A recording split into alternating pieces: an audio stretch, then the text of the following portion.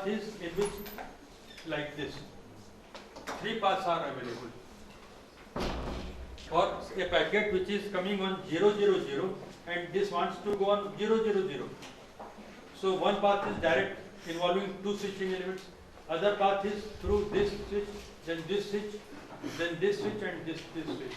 4 switches, and third path is 1 switch, 2 switch, 3 switch, 4 switch, 5 switch. One path is broken, then alternative path is also available. That means a regular MIN is more reliable and fault tolerant, and my PhD work was also on this irregular MIN, and incidentally Dr. Sudarshan Tiwari had suggested me this topic at NIT Lahore. So this is the beauty of this irregular MIN. This is less cost effective and more reliable, but routing is slightly more difficult.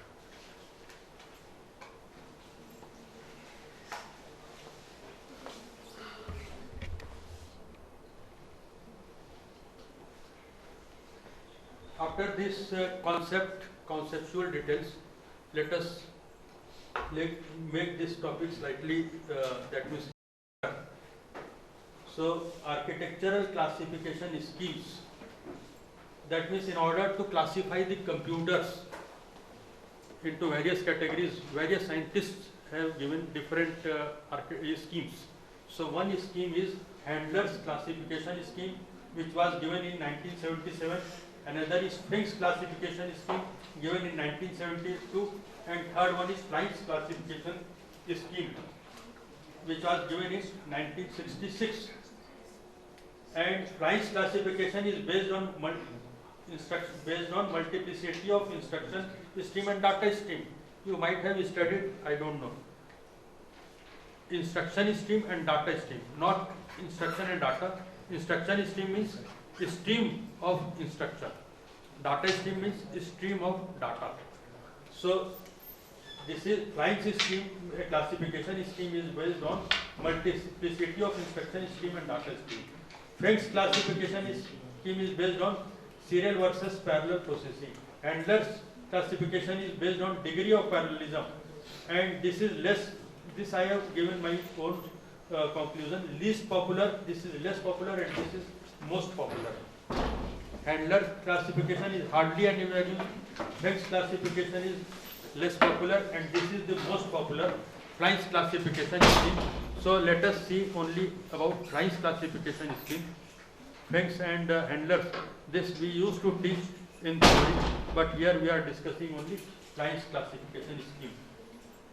So Michael Flynn, according to Michael Flynn, computers can be divided into 4 categories: SISD, SIMD, MISD and MIMD. SISD means single instruction stream, single data stream, single instruction stream, multiple data stream, multiple instruction stream, single data stream, and multiple instruction stream, multiple data stream, MIMD. So SISD is your ordinary normal computer with no parallelism.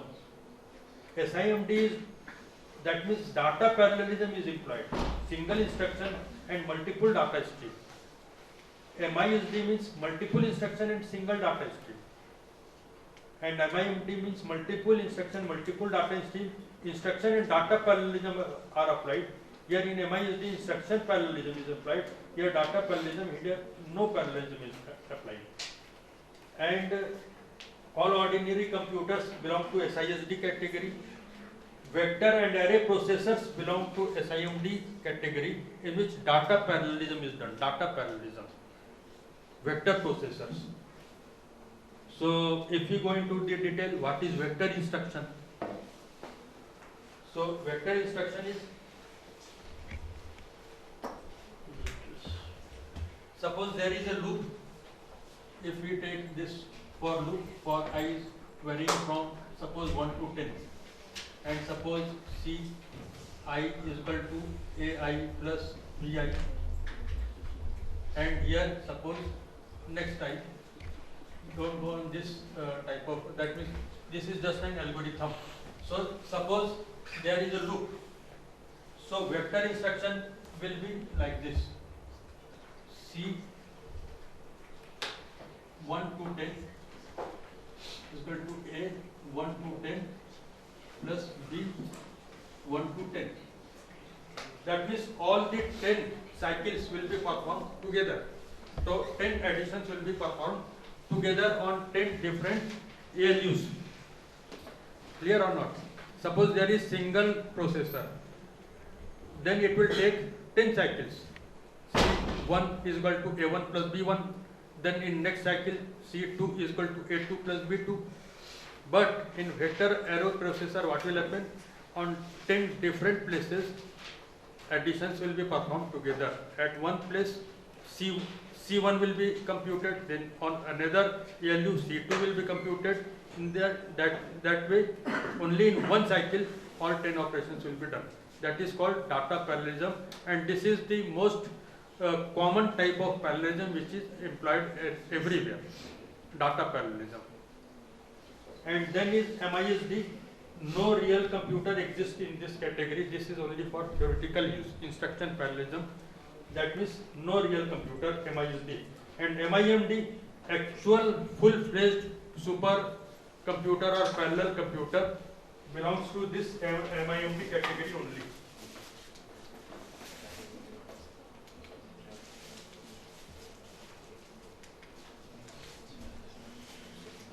To this MIMD category only.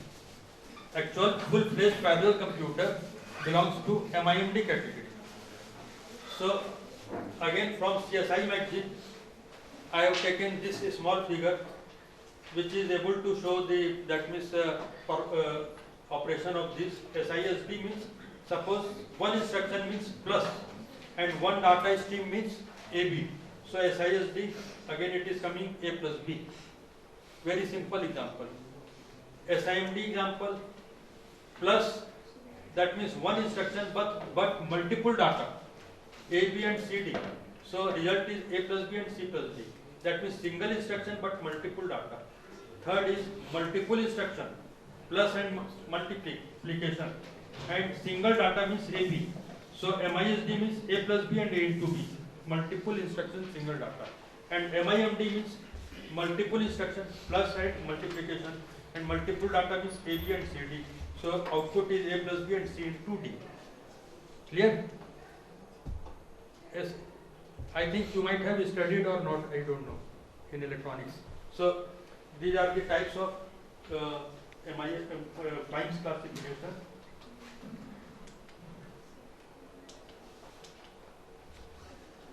With the help of this figure, as I have told that load, decode, fetch, execute and write are the 5 basic operations for performing any arithmetic or any type of instruction. So control unit, processing unit, that means just like your ALU, and memory unit. I told that load. So see, memory unit, from memory unit means your RAM. Data, suppose 2 plus 2 is to be performed only. Then data is fetched, data is loaded. Loaded means bringing the instruction into the control unit.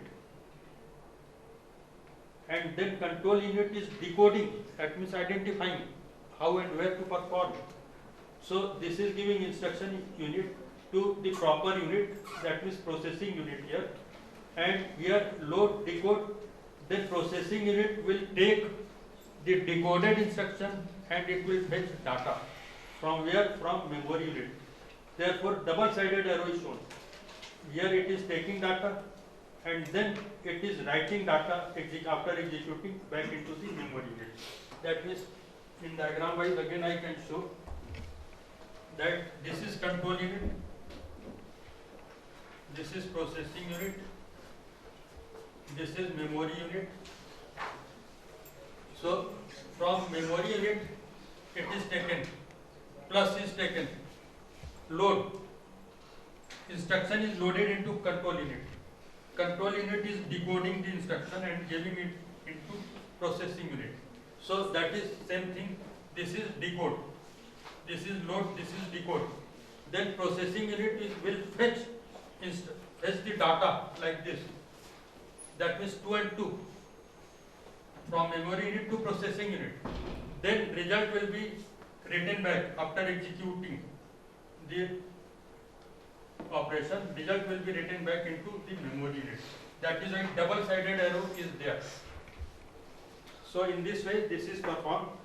This is the example of SISD, load, decode, fetch, execute, write. Then is SIMD, one instruction stream and multiple data streams. That means from shared memory, which I have given here the example, this shared memory, multiple data streams, 2 and 2 are taken, 3 and 3 are taken, 4 and 4 are taken, and single instruction stream of plus is being performed on processing unit 1, 2, etc. So 2, 2 is, that means 4, 3, 3, 6, 4, 4, 8 will be written. So simultaneously these operations will be performed. With single instruction, multiple data results will be written back into the memory. This is the example of SIMD. Then MISD, again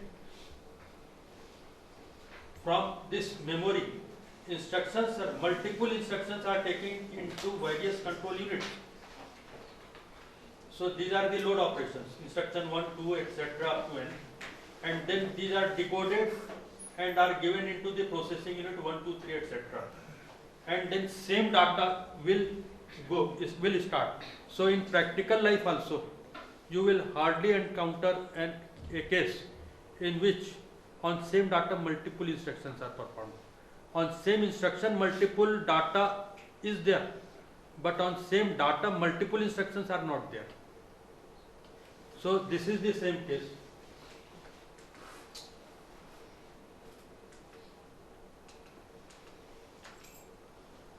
This is the same case. That means multiple instructions, for example 2 plus, this is the plus sign. So 2 plus 2 is performed 4. Then here it is coming like this, suppose maybe square. So 4 in 4 is square, 16. Like this, data stream is same, but instructions are different. So multiple instruction, single data stream, but no computer exists in this. And then is MIMD, multiple instruction, multiple data stream. From shared memory, different instructions are taken. IS1, IS2, ISN, different instructions are taken into the control units. All are decoded. First is loading, then decoding, and then after decoding, it is coming into the processing units.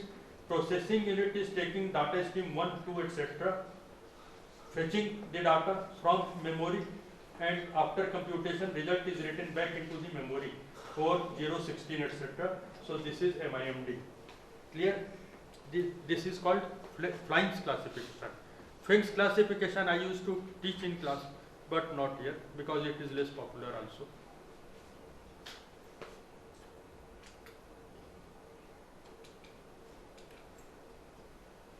Then again the same thing I am summarizing but expanding also at the same time. Multiple processors, this is the last slide. Multiple processors can be arranged, I told that, in multiprocessor and multi-computer, which I have drawn there also. Multiprocessor and multi-computer. Processors are there, and here memory modules are there. This is multiprocessor and this is multi-computer. On both the sides processors are there, then it is multi-computer. On one side processor, another side memory, then it is called multiprocessor. Multiprocessor can be divided into 3 categories: UMA, NUMA, CUMA. That means uniform memory access, non-uniform memory access, and cache-only memory access. And multi-computer means no remote memory access, NORMA model. Multi-computer is NORMA. So in NORMA again there are 3 generations: first, second, third generation. And first generation uses coarse grain, second generation uses medium grain, third generation uses fine grain. Coarse grain is, suppose number of instructions is more than 2000, then it is coarse grain. It is less than medium grain, 2000, then it is medium grain. And if it is less than 20 instructions, then it is fine grain, which is used in thread.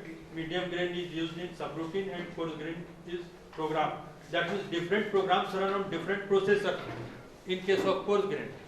Different routines run on different processors in medium grain, and different threads run on different processors in fine grain.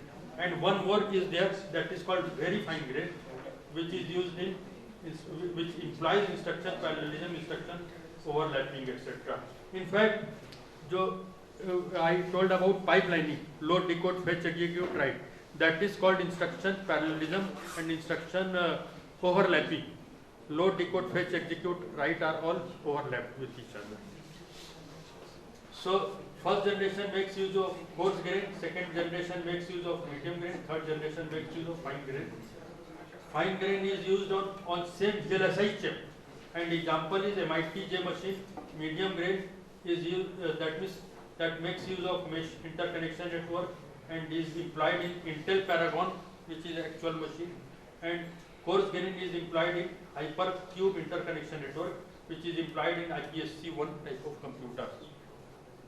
And as far as this UMA is concerned, so again there may be two categories: symmetric multiprocessor and asymmetric multiprocessor. I will tell about this UMA also. So symmetric multiprocessor means there is no master processor. Symmetric multiprocessor, there is no master processor, and all processors have equal access to peripheral devices. In symmetric multiprocessor, there is no master processor, and all processors have equal access to peripheral devices.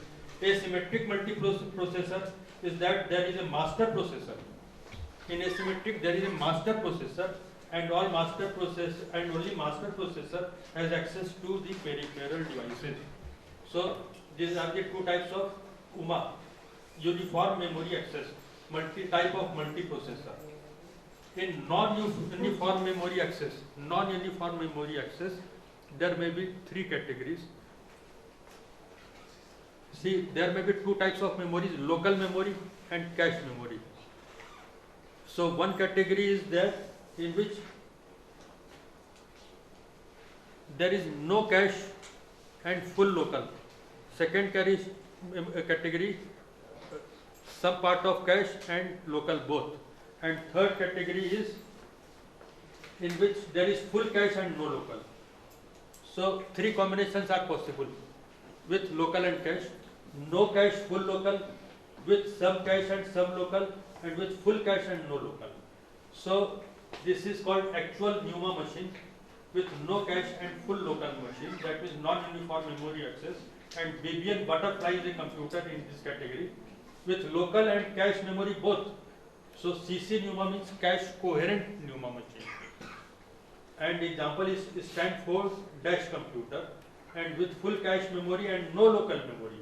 No local, there is no local memory, only cache memory is there. So that is same as COMA, this one. So cache only memory access. And example is KSR-1 computer. So this is how this multiple processor can be organized. In multiprocessor, multi-computer, can again be categorized into UMA, NUMA, COMA. Multi-computer can be categorized as NORMA only. In NORMA, first, second, third generation, which are based on coarse grain, medium grain, fine grain. And here NUMA and COMA, etc. Sir, in symmetric multiprocessor, Right. If there is no master processor, Yes. then how to decide that in which peripheral device will access at what much of time?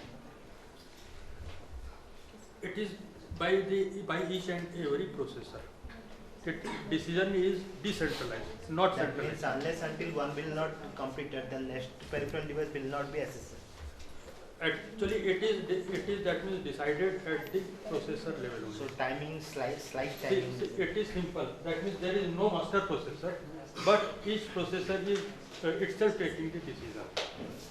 For routing also, there is such type of centralized clock, centralized master controller is there. So here there is only one, there is only no master processor, and The here master controller is also controlled by a master processor. yes, If there is no master processor, then how to control it? in a distributed fashion. In a distributed fashion. That means decision is taken by all.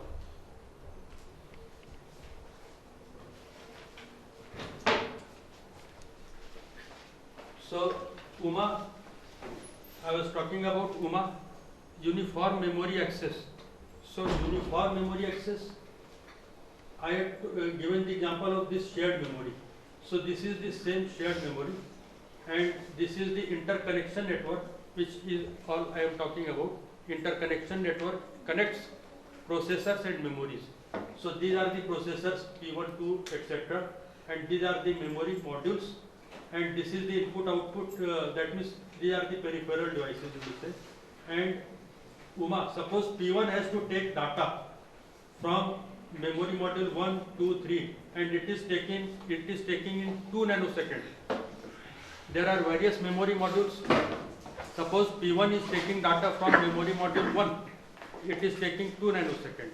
Then it will always take 2 nanoseconds.